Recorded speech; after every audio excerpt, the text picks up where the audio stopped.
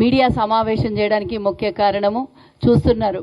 గత 10 ఏళ్లుల రాష్ట్రాన్ని, హైదరాబాద్ని ముఖ్యంగా డ్రగ్ మాఫియాగా మార్చాలని చూసినటువంటి కేటీఆర్ బాటలో నడిచినటువంటి గత ఎమ్మెల్యే, తాండూరు మాజీ ఎమ్మెల్యే రోహిత్ రెడ్డి నిన్న అరెస్ట్ కావడం మనం చూసింది, అందరికీ తెలిసింది.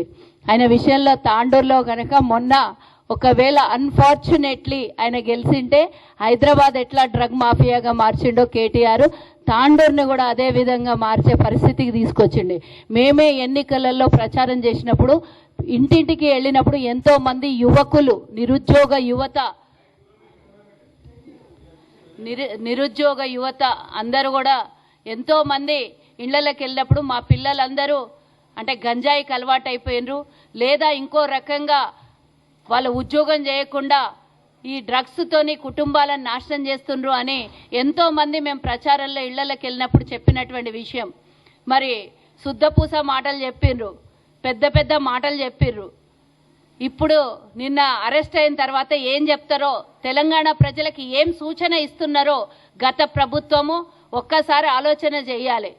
కేటీఆర్ పెద్ద పెద్ద మాట్లాడతాడు. ఆ రోజు ఫామ్ హౌస్లో దొరికినప్పుడు ఒక ముచ్చట చెప్పిండ్రు, కడిగిన ముత్తెల్లాగా ఆ రోజు జరిగినటువంటి ఎన్నికలలో 6 మంది ఎమ్మెల్యేలని తీసుకొని వచ్చి 3 ఎమ్మెల్యేలు వాళ్ళు చాలా మంచోళ్ళు, బుద్ధిమంతులు, కడిగిన ముత్తెమని ఇంట్రడక్షన్ చేసిండు.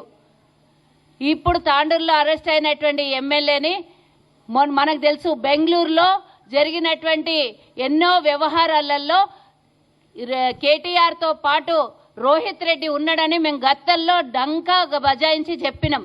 లేదు లేదు అని సెలబ్రిటీలు కూడా కొంతమంది ఉండే అందులో లేదు లేదు లేదు మేమేం లేము, చాలా మంచోళము అని చెప్పారు. మంచోళ్ళు అయితే అరెస్ట్ ఎందుకు అవుతుండనో ఒకసారి చూడాలి. ఇది తాండూరు ప్రజలకి ఒక కనువిప్పు.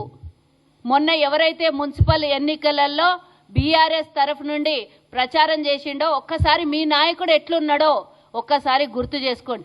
బయటకు వెళ్తే ఈరోజు మీ మొహము కనబడనట్లా సిగ్గుకు తల వంచుకునే విధంగా ఇంకేదన్నా చేసి ఉండొచ్చు, వ్యాపారాల్లో ఇంకేదన్నా మోసాలు చేసి ఉండొచ్చు, లేదా రాజకీయంగా ఇంకేదన్నా మోసం చేసి ఉండొచ్చు.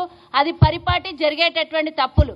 కానీ యువతని తప్పుదారిలో పంపించడానికి, లేదా స్వయాన తనొక శాసనసభలో సభ్యుడై ఉండి కూడా డ్రగ్స్కి అలవాటయ్యి డ్రగ్స్ మాఫియాని నడిపించి తద్వారా వచ్చినటువంటి డబ్బుని మరి తాండూరు నియోజకవర్గంకు ఖర్చు పెట్టిండా, లేకుంటే తాండూరు పిల్లల మీద ప్రయోగం చేసిండా అనేది ఒకసారి గుర్తు చేసుకోవాలి. దుబాయ్లో కూడా దొరికినప్పుడు మీరు గుర్తుంచుకోవాలి ఈ విషయం. అందరికీ తెలియకపోవచ్చు తాండూరు దుర్మార్గుని విషయాలు.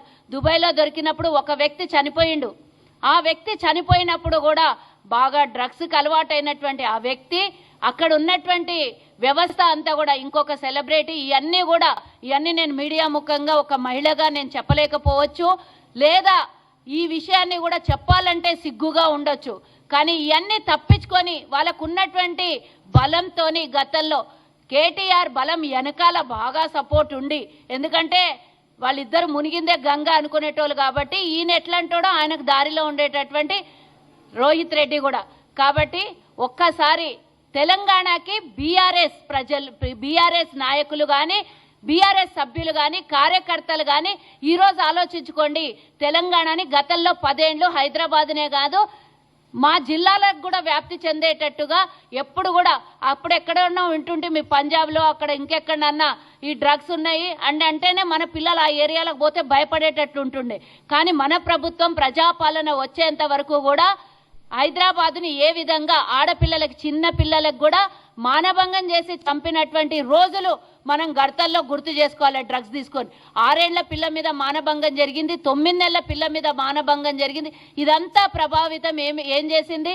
తాగుబోతులు అలవాటు చేసి, డ్రగ్స్కి అలవాటు చేసి. అదే ఈరోజు రోహిత్ రెడ్డి ఒకవేళ తాండూరులోని ప్రజల్ని ప్రభావితం చేసింటే మా తాండూరు పరిస్థితి ఏ విధంగా అవుతుండే? తాండూరు ప్రజలు విఘ్నులు కాబట్టి పూర్తిగా బొందబెట్టి పాతాళాల్లోకి తొక్కి ఓడగొట్టిండ్రు.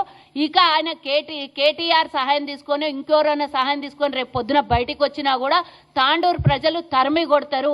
తాండూరు ఆస్తుల్ని, ఎంతో మంది ఆస్తుల్ని కబ్జా పెట్టిండు.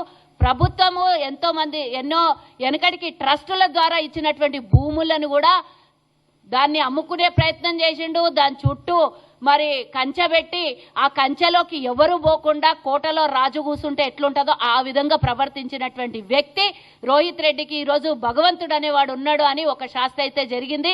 ఆయన బయటకు వస్తే మా తాండూరు ప్రజలకు ఇబ్బంది అవుతుంది కాబట్టి మా తెలంగాణ ప్రభుత్వానికి మా ముఖ్యమంత్రి గారికి విన్నవించుకుంటున్నా, ఇలాంటి దుర్మార్గులు బయట కన్నా లోపలుంటేనే మంచిదన్నా, ఇట్లాంటి బయటకు వస్తే ప్రజల మధ్యలోకి వస్తే చీడ పురుగులాగా మా నియోజకవర్గాన్ని కాదు వీళ్ళు వ్యాపించి జిల్లాకు రాష్ట్రానికి కూడా వ్యాపిస్తారు. కేటీఆర్ ఒకసారి అప్పుడు వైట్ కాలర్ టెస్టింగ్కి రమ్మనంటే రాలేదు. ఎందుకు రాలేదు అంటే ఆయనకు అలవాటైనటువంటి విషయం కాబట్టి బయటపడుతుంది కాబట్టి నా పేగులు తీసుకోండి, నా కాలేయం తీసుకోండి, టెస్ట్ చేయండి అని పిచ్చి పిచ్చి కూతలు కూసిండు. ఇప్పుడు కూతలు కూయమని నేను చెప్తున్నా. ఇక తాండూరు ప్రజలకి విముక్తి చెందింది. ఇక రావద్దు కూడా తాండూరుకి ఇంకోసారి రోహిత్ రెడ్డి.